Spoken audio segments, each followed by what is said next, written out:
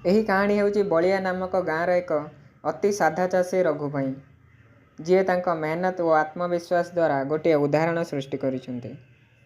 ରଘୁ ଏକ ଗରିବ କିନ୍ତୁ ମନେ ଧନୀ ଚାଷୀ। ସେ ତାଙ୍କ ଜୀବନର ସମସ୍ତ ଆଶା ଏବଂ ସ୍ନେହକୁ ଜମି ଉପରେ ରଖିଥିଲେ। ତାଙ୍କଠାରେ କେବଳ 2 ଏକର ଜମି ଥିଲା।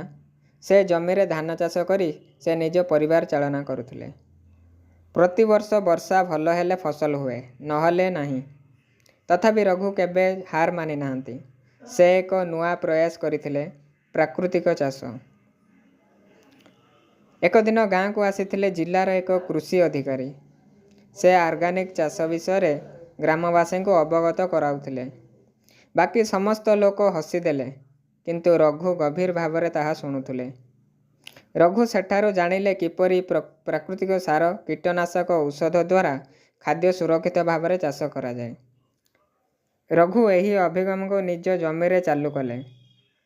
ପ୍ରଥମ ବର୍ଷ କିଛି ଭଲ ହେଲା ନାହିଁ, କିନ୍ତୁ ଦ୍ୱିତୀୟ ବର୍ଷ ଆସିଗଲା ବଦଳ। ଦ୍ୱିତୀୟ ବର୍ଷରେ ରଘୁ ତାଙ୍କ ଧାନ ଚାଷ, ଶାଗ, ଆଳୁ ଏବଂ ଅଦା ଅତି ଭଲ ଭାବରେ ଉପାଇଥିଲେ। ସେହି ଫସଲଗୁଡ଼ିକ ନଜଦିକ ବଜାର ଏବଂ ଅର୍ଗାନିକ ଷ୍ଟୋରକୁ ବିକ୍ରି କରିବା ଆରମ୍ଭ କଲେ। ଜଣେ ସାଧା ଚାଷୀ ଏବେ ଗାଁ ଲୋକଙ୍କ ପାଇଁ ଦୃଷ୍ଟାନ୍ତ ହୋଇଯାଇଛନ୍ତି। ଗାଁର ପରିବର୍ତ୍ତନ। ରଘୁଙ୍କ ସଫଳତା ଦେଖି ଅନ୍ୟାନ୍ୟ ଚାଷୀ ମଧ୍ୟ ବଦଳିବାକୁ ଆରମ୍ଭ କଲେ। ଏବେ ଗାଁର ପ୍ରାୟ ଅଧିକାଂଶ ଲୋକ ପ୍ରାକୃତିକ ଚାଷ କରୁଛନ୍ତି।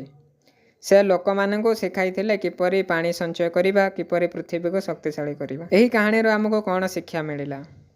ନା, ସମସ୍ୟା ଥିବା ସତ୍ତ୍ୱେ ବଦଳ ଆଣିବାକୁ ଚାହିଁଲେ ଇଚ୍ଛାଶକ୍ତି ଓ ଧୈର୍ଯ୍ୟ ଦରକାର।